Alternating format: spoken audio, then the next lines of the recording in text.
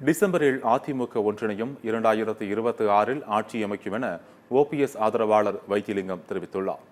OPS ஆதரவாளர் வைத்திலிங்கம் பிறந்தநாளை ஒட்டி அவரது ஆதரவாளர்கள் அவரை தஞ்சையில் சந்தித்து வாழ்த்து தெரிவித்தனர்.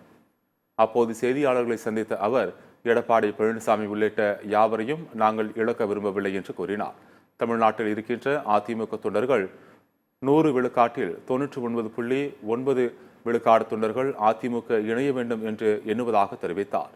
டிசம்பரில் அனைவரும் ஒன்றிணைவார்கள் என்று கூறிய வைத்திலிங்கம், ஒற்றை தலைமையா இரட்டை தலைமையா என்பது இணையும் போது முடிவு வரும் என தெரிவித்துள்ளார்.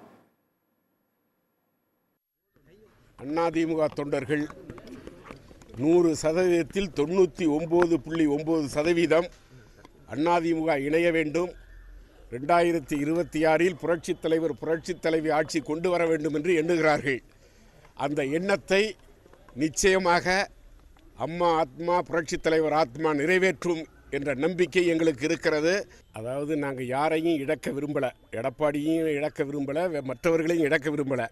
அப்படி அவர்கள் இந்த இயக்கம் ஒன்றாக வேண்டும் என்று நினைக்காதவர்கள், விரும்பாதவர்கள் அவர்களாகவே வெளியேறி விடுவார்கள்.